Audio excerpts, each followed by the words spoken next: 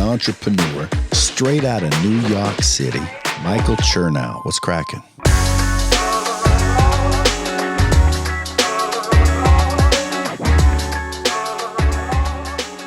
What up, guys? Welcome back to the Michael Chernow podcast. I just want to give a little heads up that there is a trigger warning for this episode. Alexander Stein is an old friend of mine who I'm very excited to have on the podcast. And he recently reached out to me after I shared about some disordered eating that I struggled with after I got sober. Alex also has struggled with disordered eating. And the thing is, most disordered eating or food, what are they called? Eating disorders, as most people know. I guess it's now it's sort of like in the reverse, disordered eating. But most eating disorders are associated or more vocal in the female community. There are a lot of men that struggle with disordered eating, and we don't hear about it. We don't talk about it.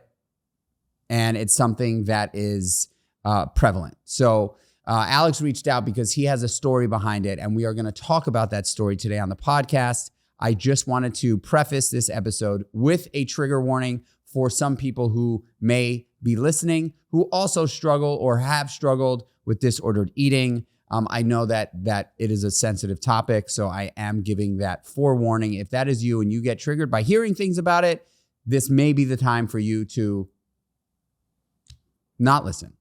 And I rarely say that.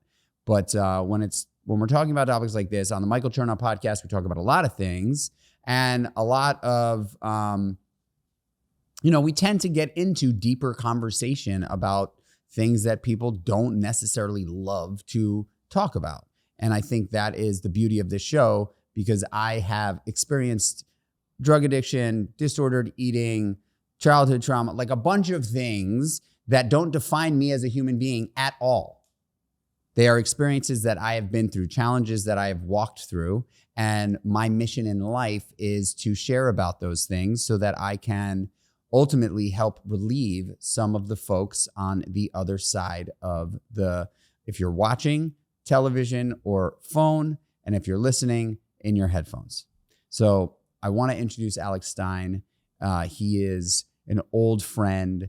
We've worked together. I'm very close with his brother. He is an unbelievably talented photographer, professional photographer, and he's also most known for his social media management skills and capabilities. He's been managing social media accounts for Grammy-nominated artists and big brands and large restaurant groups. He really has this ability to understand what works and what doesn't work on the social media. And he's been doing it for 15 years. So basically since social media started.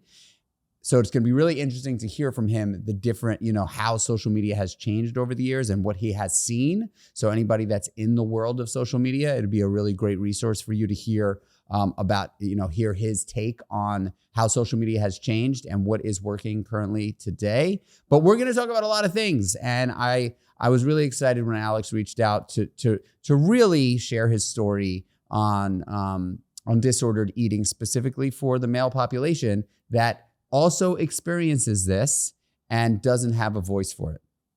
Alex, welcome to the show.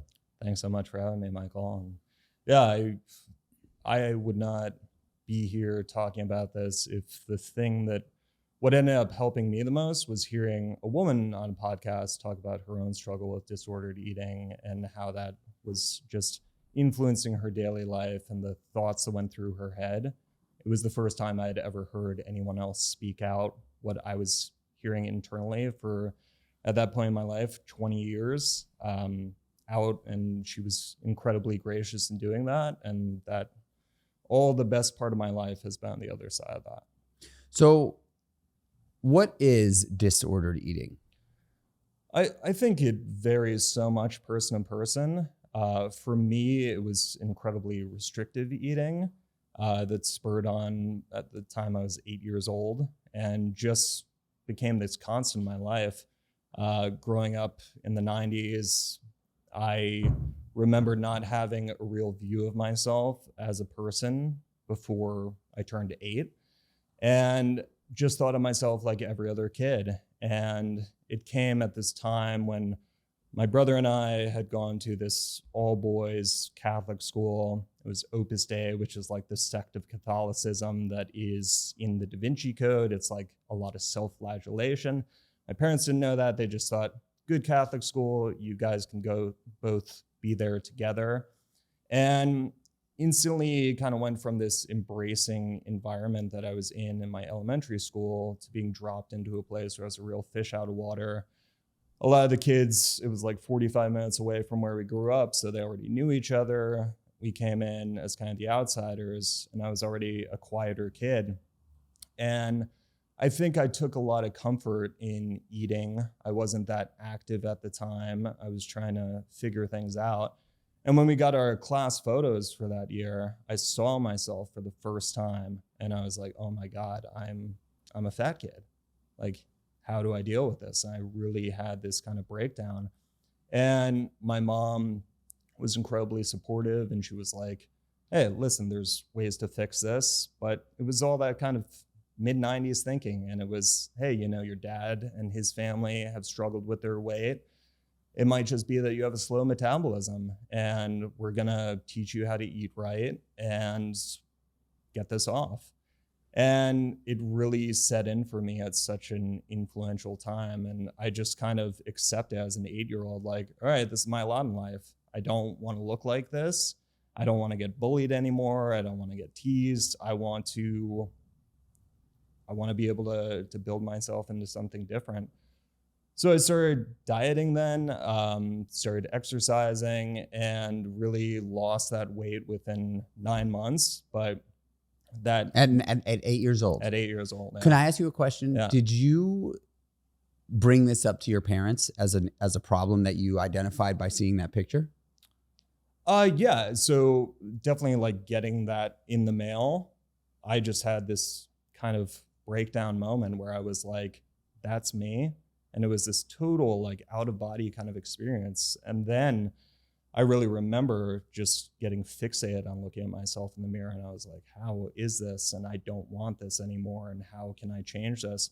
So that's where my mom stepped in, and there was some like dieting book for kids, and it was about how to eat healthy. And at the time too, fat was the enemy, and every different company was rolling out low fat or fat-free goods. So I could still have some of the things I was having as a kid.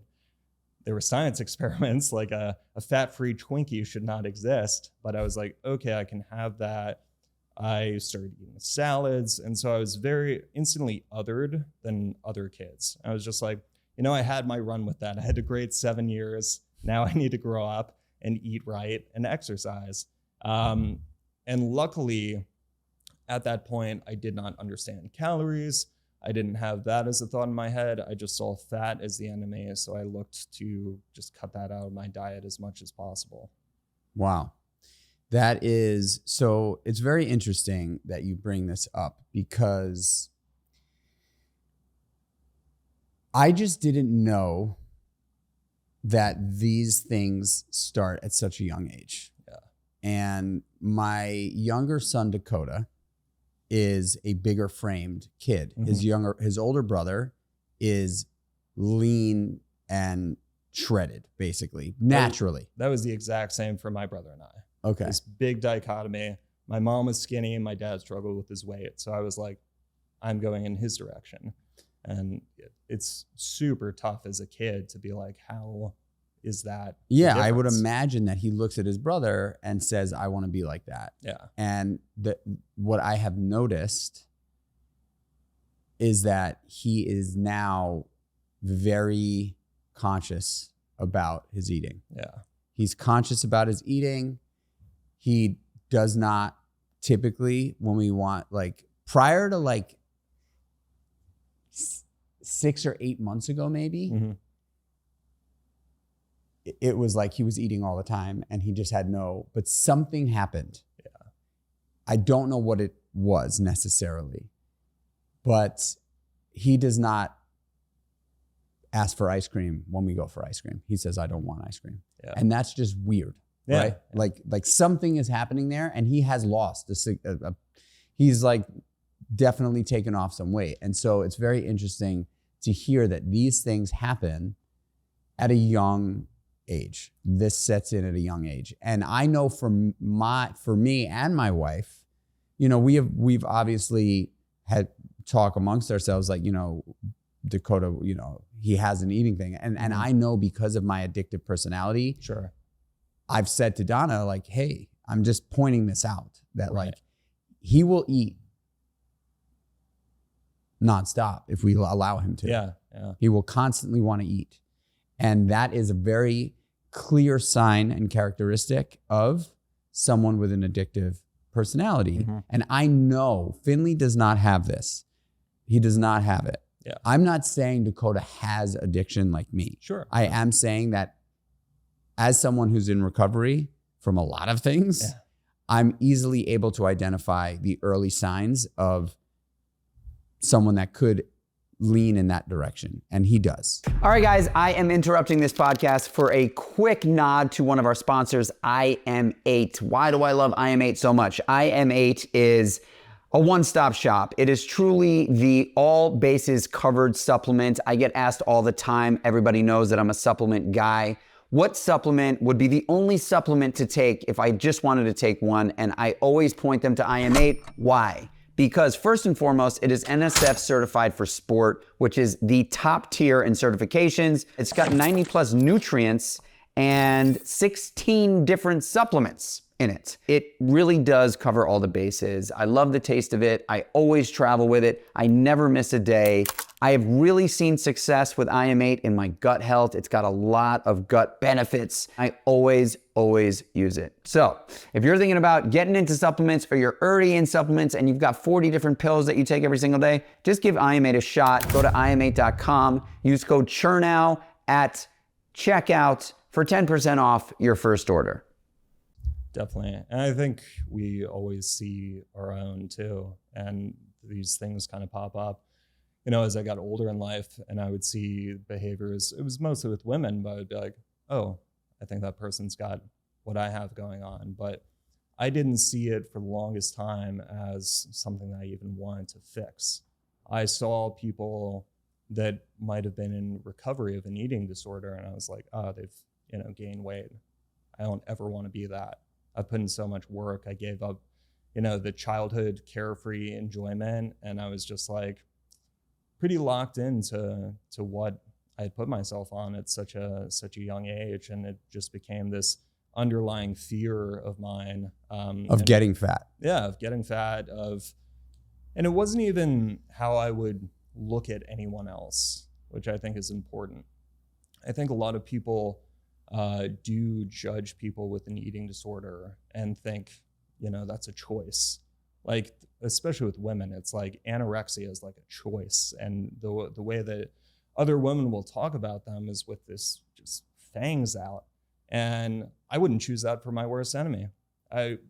To have gone through my life with such a absolute shadow of this thing coursing through your day to day, I wouldn't choose that for anybody. And I think the more that we can pick these things apart, I certainly figured out that inflection point once I really got into therapy when I was older and started picking it apart. And I can now look at what led me to that weight gain, to that unhappiness. I was at a really restrictive school. I was shy. I was kind of the outsider. And there was a couple of things that I put into place that made me gain the weight. My mom's mom was like the ultimate grandmother. I would go to her house a lot of days after school, and she would be excited about showing me new foods, and like I was definitely eating for comfort. Another thing that happened is, you knowing my brother, this will be no surprise, but he was quite the problem child at school. And for gym class every day, we had the same gym teacher, and he would just be instantly judging me. Are you going to be a pain in my ass like your brother is? And I was the complete opposite. I had in my brother seeing his type of behavior and the reaction it got. And so was always able to course correct on my own and do my own thing. And at that school, it being a Catholic school too, they were like, you know, you don't have to go to gym class. You could also go to mass every day. So I was like, see ya. I'm going to church every day. And I just sat there and had a different type of guilt pumped into me. But it was what I chose to do instead of, you know, kind of live under my brother's shadow in that way. And later that year too, once I started changing how I was eating, I started playing ice hockey, and like the weight came off. And looking at my 3rd grade class photo versus my 4th grade, you're like, oh, it's a totally different looking kid. But for anybody, there's going to be that turning on switch. And I think now, especially with how pervasive it has gotten on social media, and everybody has a microphone and everybody could seem like an expert. If I was that lonely kid sitting at home going through TikTok and learning how to cut calories to really dangerous levels and like getting that into my brain from an early age, I wouldn't be here. Certainly not. But thankfully... You wouldn't be here, meaning you think you would have died? Yeah, I think I would have been so unhealthy. And there's been different points in my life I've been incredibly thin and incredibly unhealthy. How bad did it get? It got the worst, funny enough, in my adult life, years after I'd gotten help for myself when I was at the end of my first marriage. I just had kind of withered away to 140 pounds. I'm 6'2", so that's about 40 pounds less than I am right now. And at the time, didn't as much see it, but now looking back in photos, it is horrifying to me. Were you anorexic? I essentially, the kind of nadir and end of my marriage came starting pandemic. We were living in a 350 square foot studio. She had, at the time, undiagnosed borderline personality disorder, which is an incredibly difficult thing for the person who has it, and an incredibly difficult thing for the partner to that person. They tend to take a lot of things out on you. And me, as the person I am, didn't want to make waves. I wanted to kind of just be there, be as supportive as I could be. But for me, that meant giving up a lot of things that I cared about in my own life. One of which is fitness. I found a healthy place with that. I'd been in a very unhealthy place with that throughout high school, college, but finally, when I decided to get help, really came back around to it and said, how can I do this in a way that I actually enjoy, where it's not a punishment, where I'm not just trying to cut calories? And I really found that. Pandemic hit, living in a tiny studio. There was a lot with borderline where they feel othered and not included, and abandonment is the biggest issue. So when it hit, I got some gear to work out at home. I was doing a bunch of push-ups, and she was like, well, I cannot do that. So that's unfair. And she knew all of my history and had been with me in the early days of my recovery and all of that. But I just gave it up. I stopped exercising. And as part of that, I restricted my eating again. And it was right around the time too that intermittent fasting became a big trend. And I was like, oh, I've done this for most of my life. It's called starving yourself, right, and having a restrictive eating disorder. So I really got into that. I was walking a ton, and I was also incredibly stressed out. And yeah, got to a place where after getting out of the marriage, I had to really look at myself and be like, is this what you want to keep doing after all of that work? And I knew it was going to be difficult to break that cycle, but where I sit today, all of the best things in my life have come on the other side of all the hardest things. So I'll share a little bit about my experience with it. So I got sober. As soon as I got sober, I was introduced to Muay Thai kickboxing. Mm-hmm. It was like the first thing, literally like day one, I was introduced to Muay Thai.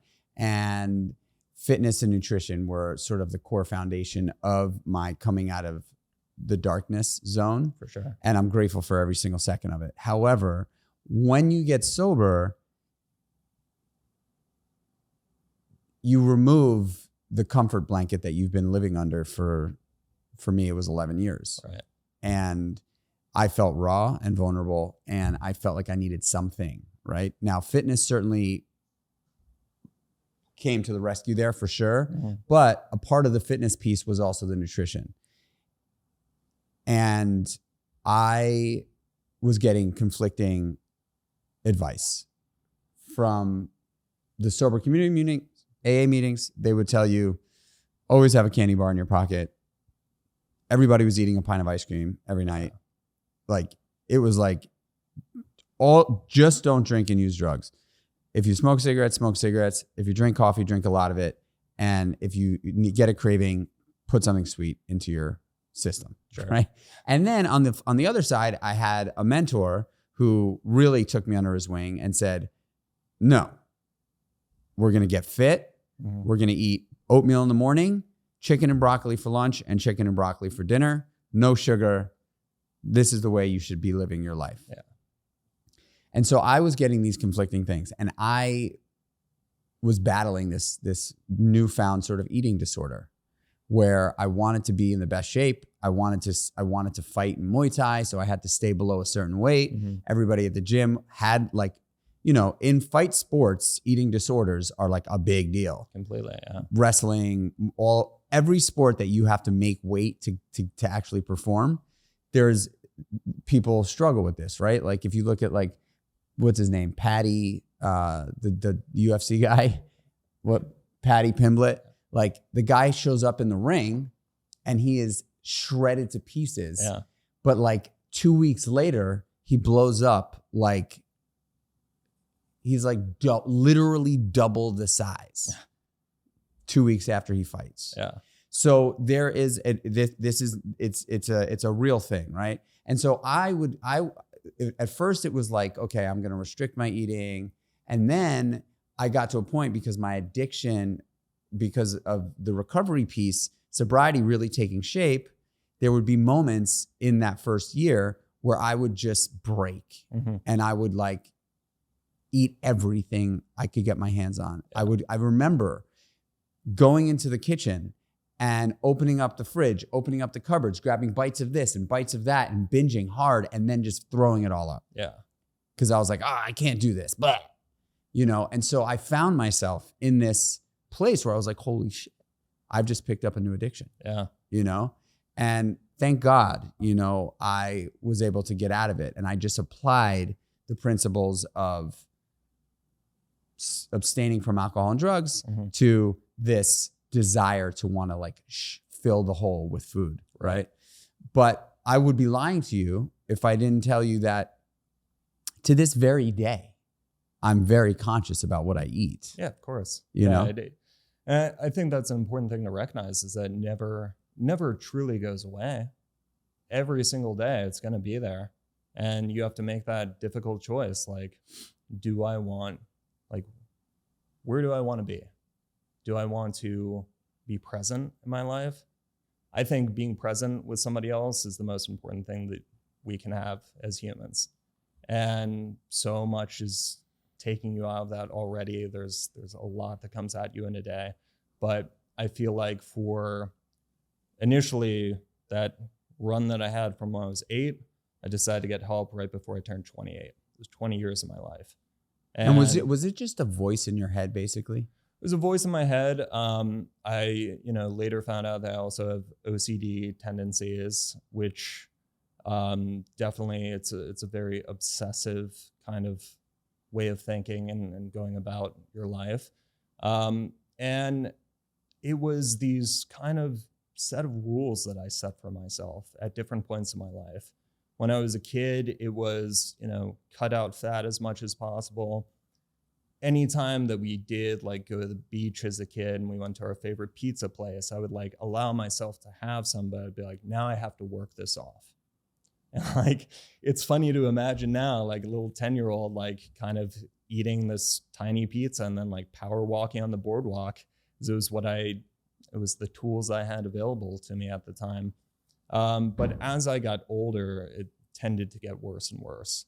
And first kind of inflection point of that was going into high school. I went to a boarding school, and kind of first day there, I was at football preseason, and it was like, oh, we have served meals for every meal. So you were sitting at a table with other people. I'd been able to get by as kind of the weird kid who ate salads and like Starkist tuna and celery sticks when I was in middle school, but now it's like you have a spotlight on you. And there was this one meal that was things I would never put in my body. And I quickly learned, okay, outside of that, there's a tiny salad bar, and there's a sandwich bar where you could make like a turkey sandwich, a peanut butter and jelly or something. And so I made up my own kind of food rules for that. And I was just like, all right, every morning I'm gonna have cereal, lunch and dinner, I'm gonna have maybe a turkey sandwich. Usually it was a peanut butter and jelly with like the slightest amount of peanut butter because fat. And I might have a salad every now and again, but that's all that I ate for 3 years of high school. And I was a 3-sport athlete. And when you look at my progression at those ages as well, like my sophomore year in high school, I was just rail thin. And I had grown a significant amount during my freshman year as well. But I still just, I had that body dysmorphia and saw all this fat kid in the mirror. And thankfully, again, like at that point, I didn't know to count calories. I wasn't thinking about that. And I think that saved my life too. I would eat a tray of like fat-free Fig Newtons. And like, thankfully, I was just getting some calories in my body. But I was so active, moving all over the place, super stressed out at school. And yeah, looking back now, it's like, I didn't know what I looked like then. And then really the second biggest part was when I went to college. And I spent my first summer away from college up here, staying on my brother's couch, and I did an internship at a record label. And I noticed a lot of people don't eat during the day. I was like, they just kind of drink coffee. I was like, I bet I could do that. And I always had a lot of pride in I would get praise for it too from like my dad, like, you have great willpower. And I was like, yeah, I do. Let's see how far we can push that. And so, yeah, when I was in college, I was just like, all right, I can just abstain on coffee. I'll eat one meal a day. And this was conscious. Conscious. Like intentional. I'm not going to eat specifically because I have body dysmorphia and I don't want to get fat. So I'll have one meal a day and drink coffee. Quick interruption to talk to you about our number one sponsor and my company, Creatures of Habit.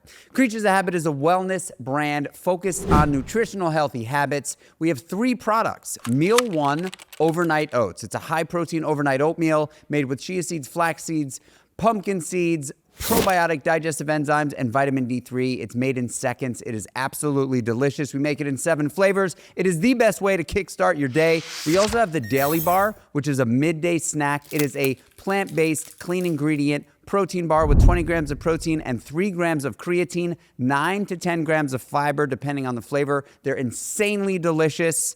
And then lastly, Creatures Sleep, which is our wind down sleep support hot chocolate. It is melatonin free. You can make it cold. You can make it hot. It is unbelievably delicious. And that sweet tooth quencher that you are looking for at 8:30 at night while you're watching Netflix. Pop over to creaturesofhabit.com. That's creaturesofhabit.com with a K, and use promo code KOHPOD20 to get 20% off your first order. Back to the pod.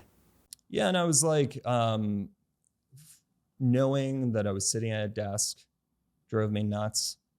I could feel the energy of the city around me. I'm from a town of 170 people. I was like, I'm in New York City and I'm sitting at a desk.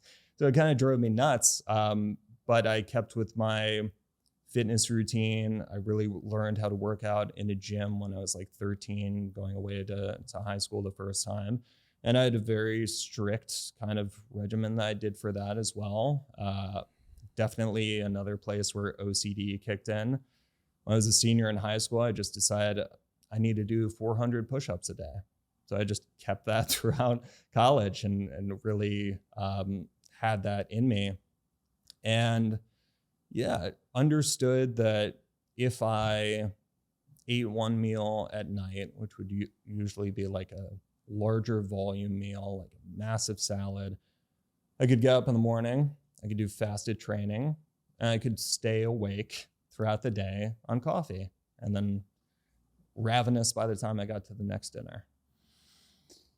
I think that there's a very, very thin line between disordered eating, body dysmorphia, and what is happening right now in the world of fitness. Yeah. Right? Like, there are men and women who are online posting about how fit they are and all the things that they do all day long to stay fit. And I would be curious what percentage of them, I would imagine a very high percentage of those people are struggling with this. 100%. I think it goes into that lane of obsession. And I've seen it in people that are on there where it's like, you are already in absurd shape. This is your job. Like, you are able to be a fitness influencer and make great money in 2026. And yet they keep pushing that and having this gospel of pushing it on to people who I don't think are ready for that either. Like, now I've never seen anything marketed in the way the GLP-1s are. And it's everywhere. It's pervasive. And I've seen fitness influencers starting their own lines of these and having cues to doctors and being like, the last 5 pounds, this helps keep it off. And even more dangerously, it's like it kills that hunger cue. And for me, that hunger cue is what kept me alive. It's like I needed that. If I had shut that out, if I had had access to these things, which I certainly would have done because food was constantly on my mind, if I was like, oh, I can shut that off, then I certainly wouldn't be here. I wouldn't have fed myself enough to be. And throughout like my 20s, I was incredibly active, more so than I'd ever been before, because I was now living on my own and had my own time, and that's how I chose to fill it, and yet was not feeding myself.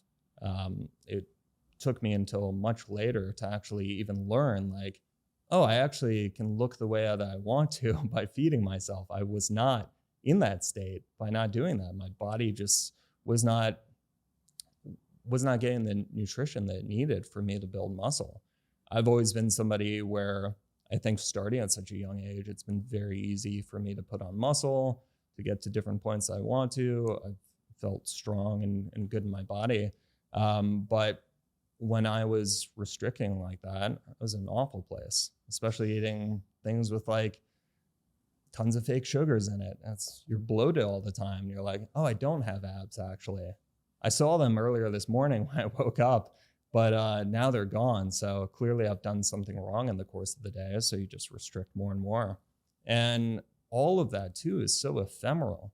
It could be anything going on in your body. And it's like, oh, I don't look as cut this morning as I do right now. And all I've eaten is an egg white omelet in between. Like, how is that possible? But it's just the natural course of your body. And water and Yeah. I'm curious, do you believe that this, because not everybody has this, obviously. Yeah. Not everybody has this. Do you believe that you were born with a true illness, like a mental illness? Or do you think that there was some influence as a young child, 0 to 7, that motivated you to think this way about yourself? Yeah, I think it was societal. I mean, growing up at that time too, it's like every TV show, the fat kid's the outcast. I'd see it from friends, talking about somebody, from an adult being like, oh yeah, check out that fat guy. And they were always the butt of the joke. So when I saw myself as that, I was like, now I'm the joke. How was it at home? Was it intense at home? Was it tough at home? It was, my dad is a tough guy. He definitely had issues with rage when I was a kid. He was a scary individual. And I, like I said, really kind of retreated. I was, as I've been throughout my life, much more of an observer. And so I was able to see, like, okay, if I do these certain things, it'll act in that way. And so seeing him too as a child, I was like, I don't want to be like that. And my dad's side of the family, like I said, struggled with weight more. My mom was always rail thin. My mom's 5'10" to this day, like, has been that way. Her parents were. And so I just kind of came to think of it in that way. I remember even when I started trying to lose weight, my dad's dad was at our house, and he, in a very gracious moment, was kind of like, hey, when I was your age, I was heavy too. And he was like a career alcoholic with just that hard, like, belly out to here, and always struggled with his weight. And I was like, exactly. So there is no hope. And yeah, I definitely picked that up. It was all kind of at that inflection point, and getting, like, bullied myself. And I was at a school where it was like, boys will be boys, go fight it out. And I did that. And I was just kind of sick of being seen in that way. And it just manifested in this way of having some control in a very uncontrollable environment. My brother went more towards drugs and alcohol. For me, too, another benefit in my mind of that setting in at that age was I was like, I'm never going to drink that much because that'll make me gain weight.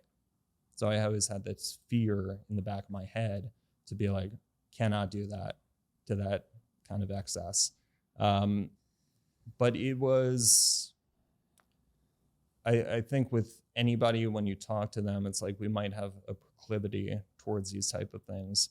Clearly, there's an addictive quality in my family.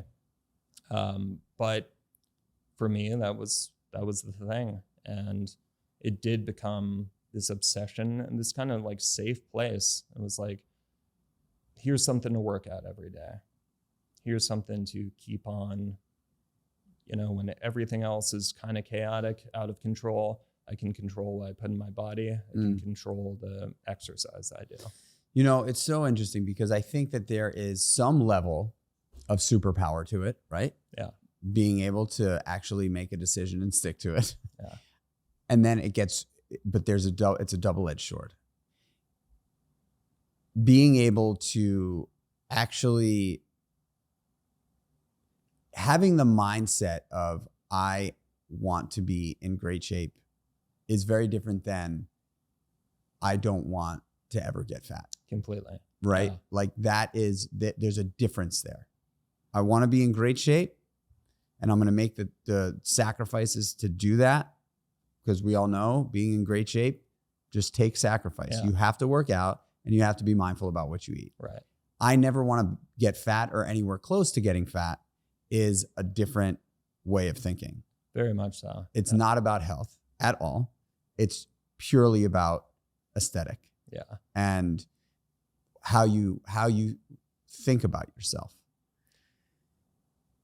For the person that's listening that is struggling hard, it sounds to me like you've come out on the other side. I've certainly come out on the other side. Again, it creeps up in my mind. Like on a regular basis, I am like, I want to be in great shape. I'm not like, if I spend 3 days on the road eating shit, I feel like crap. Yeah, sure. Mentally, forgetting about what my body feels like. I'm beating myself up mentally, and I will go hard in the gym, right? I will like reset and, get back to my meal planning and go hard in the gym. Yeah. Do I think that's healthy? I actually do think that that's healthy, being able to switch on and off that way. Do I think that the mental sort of beatdown that I give myself is healthy? Probably not.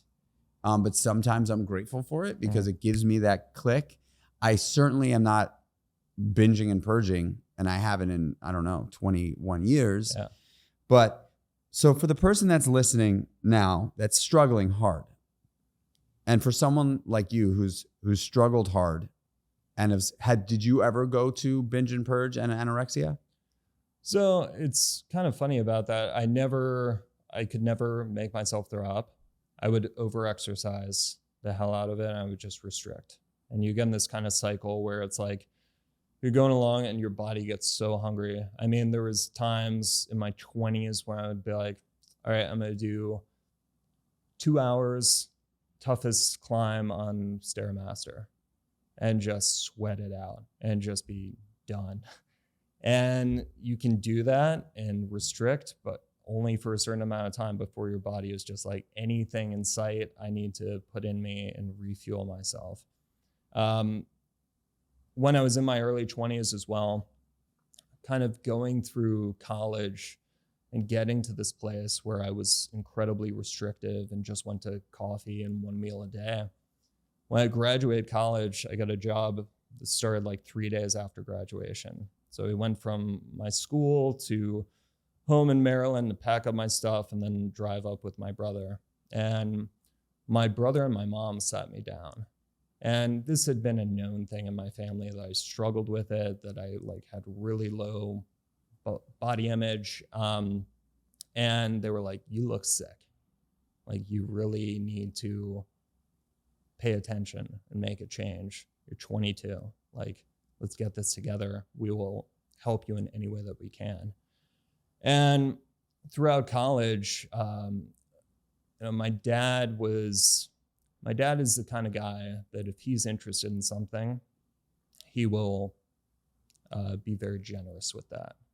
My dad loves Starbucks, and he's like, hey, you got a Starbucks by your college. I'm going to give you a Starbucks gift card. It's going to be linked to my account. And I used that throughout college. I would get my 2 coffees a day, and it was kind of our little thing. And I see it as his way of trying to show love to me. But I knew I was moving to New York. I had a $32,000 a year job. I was like, I am not going to be able to afford 2 coffees a day. And I had that gift card, and I pulled it out of my wallet at that moment. I handed it to my dad. I said, please take this. Okay, I will do it. And so I moved up. I found a therapist, started going to her. I had a nutritionist who was wildly like outdated. And I was just starting my career as a photographer too. And I was doing concerts at night. I was working a desk until 6 p.m. Her latest appointment was 6:20. My office was in Union Square. Her office was on like 83rd in York. And she's like, you cannot be late. It's locked after this time. So I would sprint from work, like sprint those avenues over to York and like get up there and go and sit down with her. And there would be times when I was a concert photographer and I was like, it's amazing. I'm pursuing my dream. And so I'd email her. I'd be like, hey, I've booked a concert. I can't come. And she was like, well, you're obviously not taking this seriously, and drop me as a client. I was like, oh, great. And then I kept going to therapy. But maybe a week or so later, I got a card from my dad in the mail, and he had included the Starbucks gift card. And I was like, that's like handing me a loaded gun. Wow. And I remember just being like, fuck it.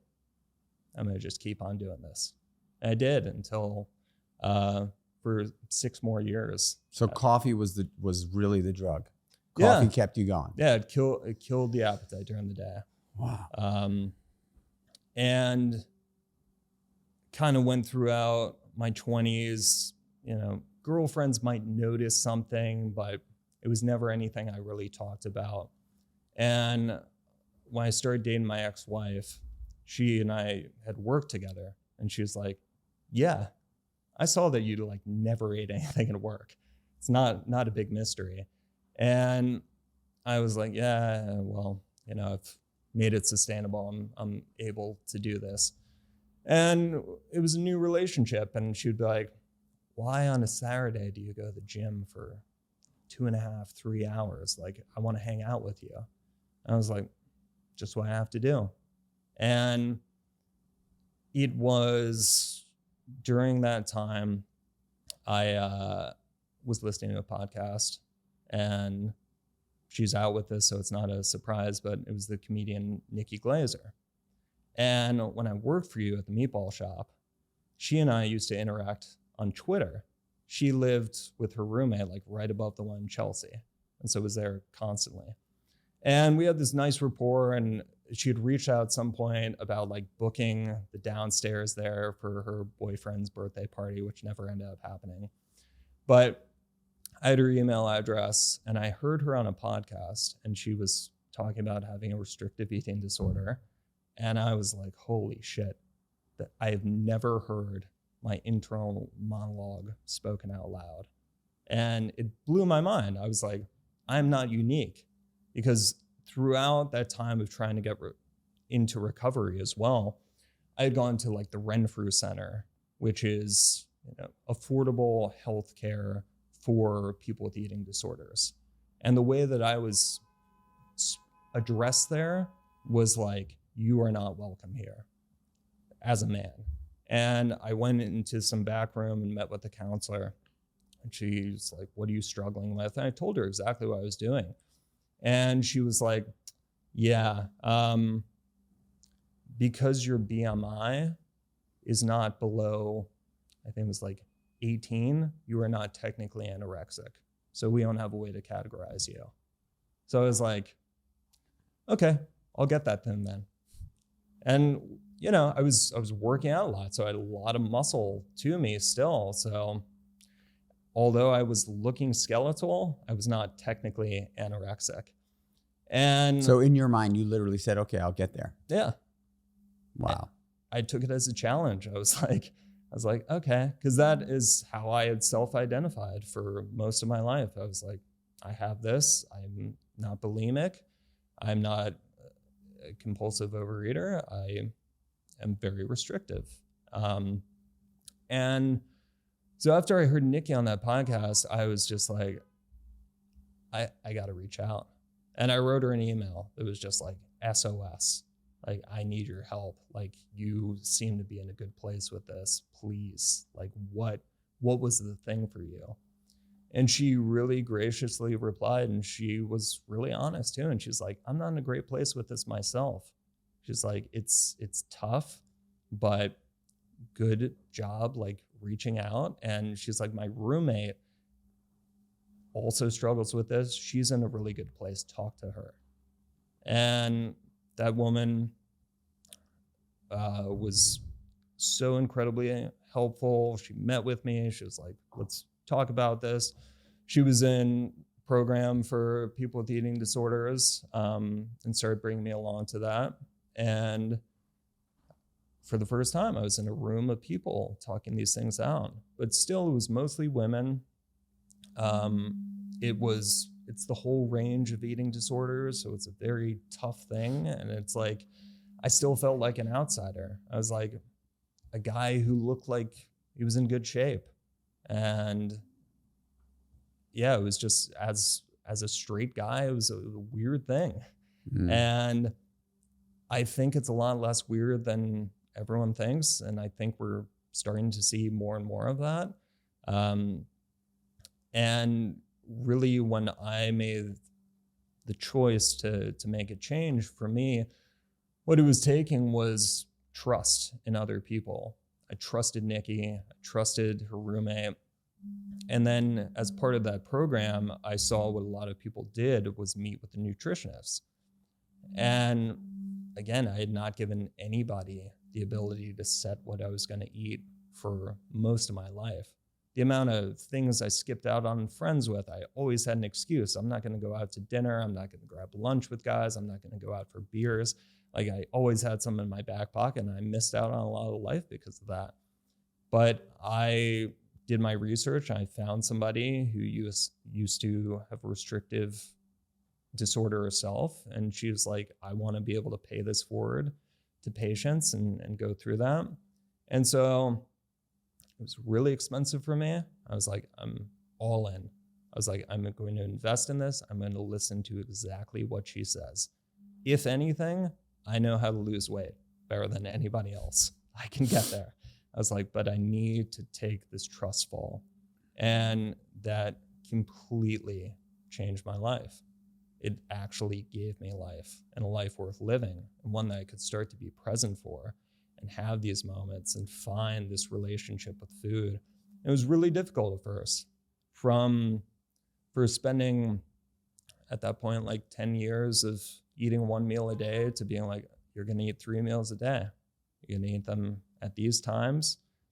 If you're hungry or not, just going to get in the process of that. And that refeeding was really tough for me. And I cut out just that kind of penal exercise that I did to like make up for what I had eaten. I was just like, I need to reassess my relationship with this too.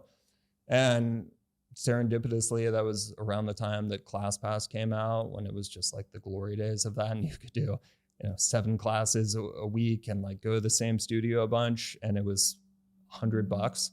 And so I started doing fitness classes, and I was like, that is my like dedicated workout for the day. And they're like 45 minutes. So yeah. I felt great. I was like actually starting to get strong. And I too was like somebody that there was always this kind of dichotomy that I would hit at different points. At some points I wanted to be rail thin. Other points I wanted to be in great shape. I still remember seeing Ryan Reynolds on the cover of Men's Health for Blade Trinity when he was like shredded. And I was like, oh, he's 3% body fat. I want to be that. And I got to that point in my life. I was like, fantastic. Still not happy. Mm-hmm. Like that engine doesn't shut off.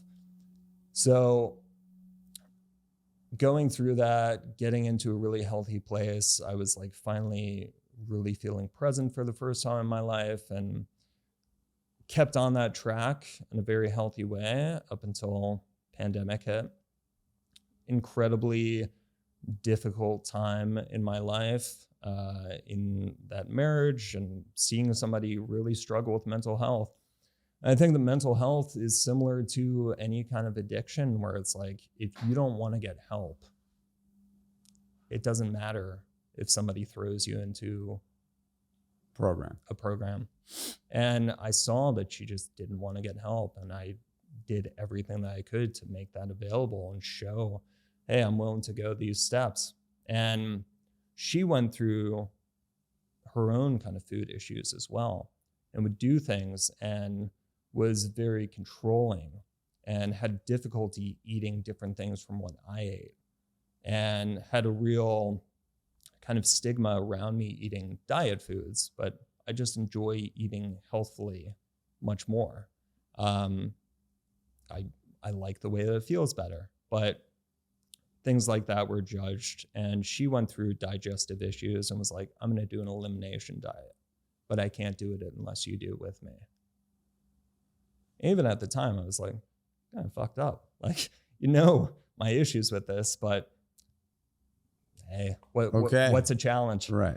So did things like that. And then when I stopped being able to really go exercise, I was like, it wasn't a conscious decision, but it was just like what I kind of morphed back into.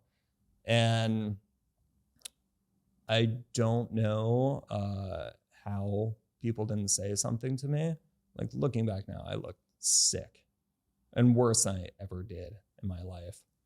And finally, in start of 2022, I just had to wake up to myself. And I'd been in therapy for years. I was like, cutting that out, going to a new therapist, going to a guy. I've always been more comfortable talking to women. And I was just like, I know all about my family. I know all my history, whatever. Here's the things. I need you to help me leave my wife. And he was like, okay, dig in. And I had tried to get out of that marriage for a long time. It was very tumultuous every time that I did. People with borderline, again, it's not something I would wish on my worst enemy. But there was a lot of self-harm included in that. And it's a very scary thing to see, especially when you really care about somebody and you see things that in any kind of erratic behavior have never been depicted in a movie or a TV show. I don't think you could capture it.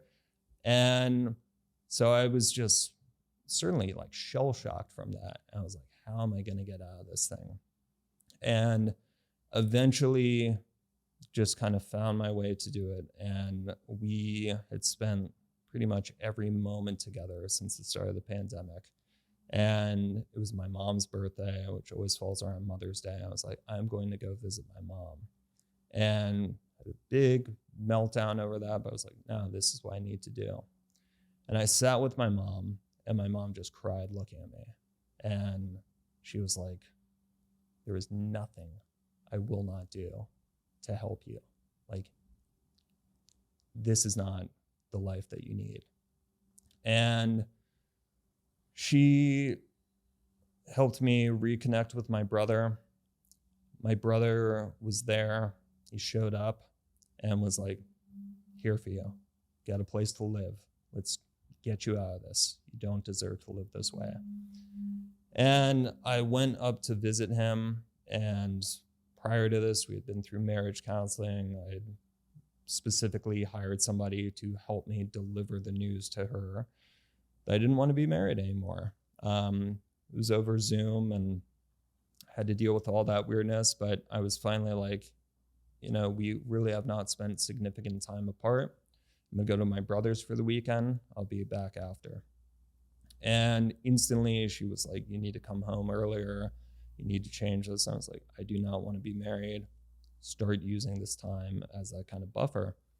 And it was Sunday night, and she called me and said, you know, I am at the psych ward at NYU, and I'm going to check myself in. And I was like, I am so proud of you for taking that step for yourself. This does not change my decision. Only go in there if that is for you and you wanting to make this change. And she did. It was diagnosed in there, and then went to a rehab facility for several months as we uncoupled our lives and went through the divorce process. And in that, I was living at my brother's in Connecticut and really just had my life back, where I could say, what do I want for myself? How am I going to deal with things? And I looked at myself in the mirror and I was like, you like this. You like being this thin. I knew it. I loved buying the smallest size of pants. I love that. And I was just like, but this is not living. And now you have this chance after 8 years of this tough relationship to get your life back. What the fuck do you want? And I was like, I want to be strong. It took a lot to get through that. I want to live to the fullest extent of my life now. And the only way to do that is to feed yourself. There's two constants in life: is we all got to eat and we're all going to die. And it's like, what are you going to do at that time? And everything after that has been the best part of my life. Hard things, easy things, it all has taught me so much. I've been able to be present for it. And those types of thoughts will come back in my head. It's like when I got together with my wife now, she was living out in New Jersey. I was in the city. I was in the best shape of my life because I didn't have anything to do. It was like, when we are not together, I'm going to work out a bunch. I'm going to feed myself. But I was like, I felt like I was looking real good. And then she was like, you know, this doesn't make a ton of sense, like us living in separate places. And I felt the same. So this is the new girlfriend at the time. Yeah. Yeah. New girlfriend. And she had been married before too. And she had a 4-year-old son. And again, it was just like me. Any time in life that I've had like a clear path of like, here are your two different roads, I feel like I've had this inclination to take the harder one. Mm. When she and I first started chatting, met on a dating app, and she was like, hey, by the way, I live in New Jersey and I have a kid. And because of my own relationship with my dad, with other men, with how my ex-wife was, I was like, I'm not having a child with that person, not going to do it. I don't want to be any reflection of my dad. So I was like, for most of my life, just off the table. But when she told me that, I was like, cool, tell me about him. And I saw what I could have the opportunity to do is be the kind of guy that I looked for growing up. I had an incredible example in my mom's dad, just the best dude I've ever known. A very humble guy who approached you like a human from childhood. He'd been through incredibly difficult things in his life. He was in World War II, fought in D-Day, the Battle of the Bulge, liberated Buchenwald. He had seen some shit. He didn't talk about it for 40 years. And the only time he ever raised his voice in anger in my mom's life was when there was a Holocaust denier on Fox News. And he kept his cool through difficult things. I was like, that's who I want to be. And so looking at this big life change scenario, I was just like, I'm going to be me in this relationship. That's who I want to be. And I want to let her, Kaki, my wife, be her full self too. I'm like, what are we doing if we can't do that? And she had eating issues as well and was very open with it. And we were like, hey, let's recognize in each other that we have these things, and make sure that we stay healthy and like check in. And I think being open about it is incredibly special and important to it as well. Because when things get stressful in my life, I can see like, oh, maybe I'll restrict a bit more. It's not a conscious thought. It's just kind of the default. The way that it goes. And at the end of last fall, I was spending the majority of my time out there.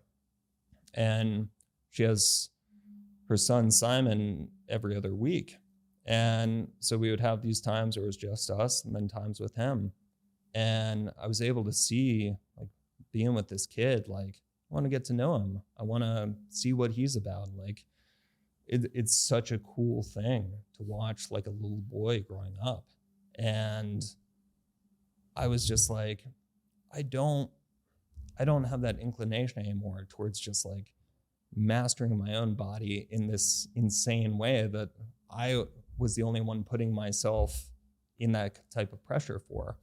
I think it's such a funny thing too that a lot of guys don't realize is like, no matter what kind of shape I've ever been in, when I've been between like different percentages of body fat, no woman has ever noticed. If you're in good shape, they're just like, yeah, you're in good shape, whatever. Cool, you look strong, like you can take care of me. Awesome. But it's us who like pick apart on that micro level, and other dudes at the gym notice, and you're like, awesome. But I had to find for myself, like, all right, if I'm gonna move out to New Jersey, it's in a more rural area. How do I set up my new routine? What can I do that I will enjoy? What can I do that I'm still part of this family and like growing this family together? And like, how can I show this kid a healthy path too? It's wild to watch. Like, he's where he is right now. He's almost 6 years old and he's so intuitive with food. It's not a fixation for him. It's like, he's a super active kid. He's got crazy ADHD. And it's like, he now is at a point, because earlier he would like run around like crazy and just not have the attention span to sit down and eat.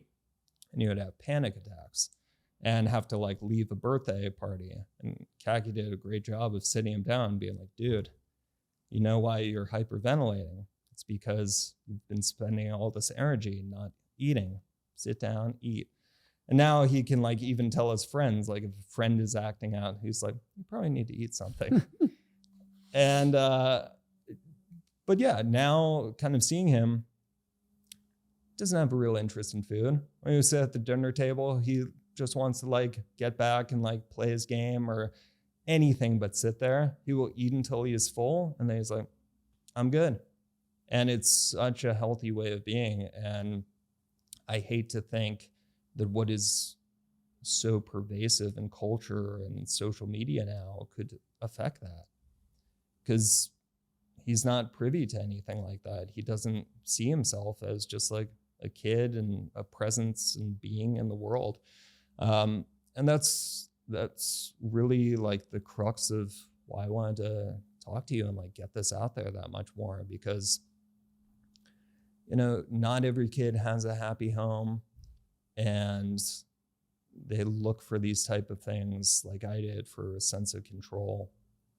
And if I was sitting around lonely as a kid, feeling misunderstood, being an angsty teenager, and I had TikTok to scroll through and people telling me how I could lose weight and this is going to be your happy life, and looking at longevity experts who live a miserable life but want it to be as long as possible without any enjoyment. It's like all of the Eat things. 1 meal a day. That's the longevity thing. Yeah.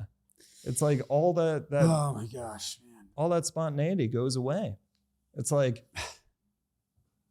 once in a blue moon, that kid will be like, I want to get ice cream. And I'm like, hell yeah, let's go do it. Even if that is not in my plan for the day, it still messes with me to be like, I'm going to eat dessert and at 3 p.m. Cool. But when you get over that hump and you're just like, you see a kid eating an ice cream cone and you're like, this is awesome. Like, again, it's just like finding that presence that is so lacking in our lives now, just to be like, look at this. Like, this is a memory. And so much of my life was like avoiding memory making moments. And every experience I've had, I love food. I love being around food. That's one of the reasons I wanted to work for you in the first place. I loved what you built. And I was like, they were doing a horrible job on social media. It does not communicate. And we were able to communicate that.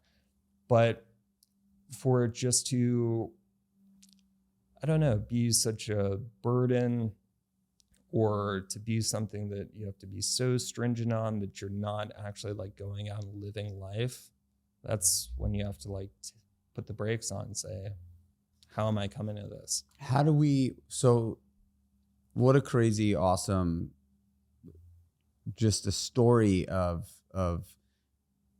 shackles to now talking to you and looking at you and knowing that you've come through a lot and you look great. Thank you. And you look healthy.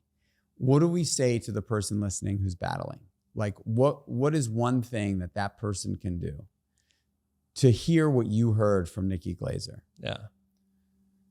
I would say, for one, you are not alone. Certainly not.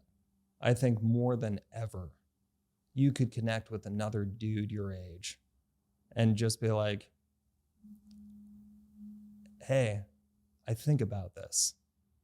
I think now more than ever, men are able to be open with feelings. And that's how we connect. That's how we like put down the screens and actually connect, which is where real life happens. I want anybody that struggles with that to feel free to reach out to me. Honestly, I would be happy to talk anybody through it. But I think it's just finding those kind of lifelines and like looking at what you actually want versus what you might feel that you should want. I feel like the fitness influencer kind of lifestyle is this really antiquated way of doing things. It's like, I got the girl, I got the car, I got the big house, I'm going to go spend most of my day in the gym. And it's a very curated life. Again, I've worked in social media as long as it's been a thing. You can curate it to however you want it to be. And what I don't think people show enough of is, hey, I'm really struggling today. Like, I would love somebody who's pushing tirzepatide, yet is like at 6% body fat, to be like, Craig Gallagher. yeah, that's the one. I get his emails every day. And it's like, hey man, maybe just say, I'm really struggling right now. I'm really unhappy. I have gotten to this place. I've built this empire. I have these supplements that I like. Okay, why aren't you happy? Like, there's something that is not being Seems filled like in. an angry guy. Totally. And he goes after people. And I saw him too in one of his latest emails, because I follow this like a hawk because it's so insane to me. And he calls out some guy who reaches out to him and is like, why are you pushing tirzepatide now? And his response to the guy was like, well, why don't you send me your before and after photos? And the guy was like, I still have a couple of pounds to cut. And he's like, see? And it's like, no, you're missing the point. For people that have an addictive personality, for people that are chasing this ever-moving number on the scale or percentage of body fat, or for me, it was never about a number. It was how I looked to myself in the mirror. Or like if you can get from like a 30 waist to a 29. Completely. Any of those things. It's like, what about that guy that is going to do it now so unhealthily? And then it's a hedonic treadmill. You're just going to get to this point. And the 29 was great. How about 28? 28's feeling pretty good. How low can I get? I've done that. It's exhausting. And you don't actually live your life. And it's all encompassing, Yeah. right? It keeps you from the present life. It just keeps you from the present life. It keeps you from all of it. You're going to be irritable. You're going to miss out on things because Alienate it doesn't meet yourself. with your plan. Yeah, It's a, dude, people- like this conversation, I'm so happy we had it. And I think it is going to help a lot of people, because I think there are a lot of people that are in it that maybe are either in denial that they're in it and guising it with, I'm a fitness person, or know that they're in it and use the fitness personality as a way to cover up potentially. But regardless, human beings and our relationship to food is a necessary one.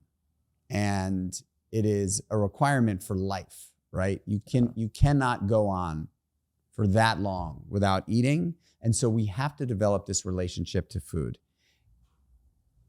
For some people, they don't even think about it. Yeah. For others, it's a big problem. And I'm one of those guys that it was a big problem, and it still does chase me around a bit, right? I've gotten so much better and I've gotten so much healthier with it. And I really do, like, I don't beat myself up for, barbecuing a massive meal and eating ice cream and doing, I just don't. And I'm so grateful for that. Like, it allows me to live my life. But I did, there were years where I really battled, and I do think that this conversation is not a female conversation. This is a human conversation. And females have had the ability to voice it way more than men, but we need to, and I'm so grateful that you reached out. We didn't talk anything about social media, which is fine, because who needs to hear more of that right now, right? This is a great conversation, man, and I'm so grateful that we had it. And for anybody that's listening, I encourage you, Alex offered, shoot him a DM, right? Shoot you a DM, and not that you're a coach in this industry necessarily, but maybe that's something that you're thinking about. I don't know. But at the end of the day, right? Like, that one person that you feel like you can connect to relate to be able to just open up the suitcase and just pull out some of that luggage, that extra weight that you've been carrying around for years, is monumental. And that is ultimately what this podcast really is about, right? We talk about a lot of things here, but we also talk about the things that most people don't want to talk about or don't have the courage to talk about. And you stepped up today. Thank you so much. And no, I'm so happy to be able to speak this out there. If I was 8 years old, if I was 12 years old, any point in my life, if I had seen somebody look like me now, it was like, I have thought in that way, would have completely changed the course of my life. And again, thank you to Nikki for being that person. But I just needed to hear it from anybody to know that I wasn't alone in that. And now more than ever is a time when things are weird and people don't connect that much. And it's like, take the opportunity just to talk it out. I am more than happy to talk to anybody and just let you know you're not alone. And again, the best part of my life has been on the other side of getting help when I blatantly did not want to get help for fear of what that might change. Thank you, brother. Thank you. Ladies and gents, I am so grateful that Alex came on the podcast today to talk about this topic. And again, I know that we prefaced the episode with trigger alert. If you are someone that's listened to this and have felt uncomfortable because you heard your story, it's okay. It's totally okay.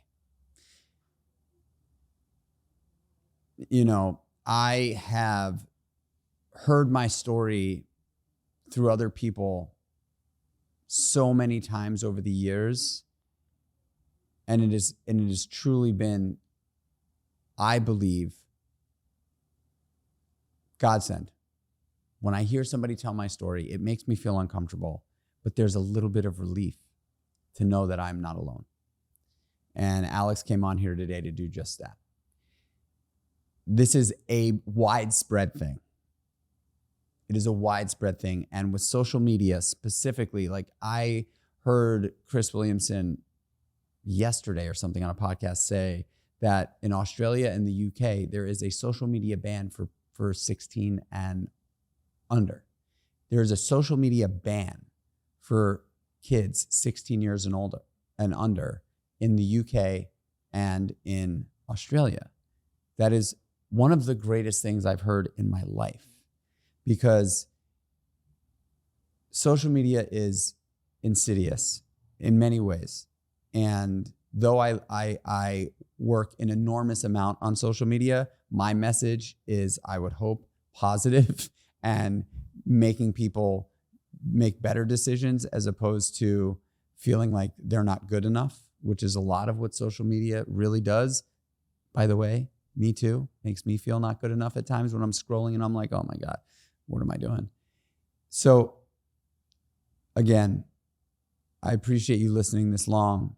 And if you feel a certain way and this podcast rubbed you a certain way, just know that that is okay. It's okay. And take advantage of DMing Alex, having a conversation, or at least a DM exchange, because there is help and there is a better life. And I'm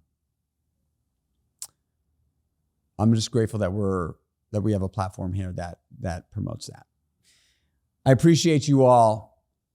Thank you so much for subscribing. If you're not subscribed to the podcast, please do so. Hit that subscribe button. Give us a 5-star rating and a review. I would love you forever. But really, the only rent I ask you to pay for listening to the Michael Chernow podcast is sharing it.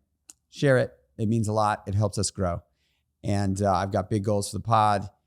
Share the podcast. I love you. Tune into next week.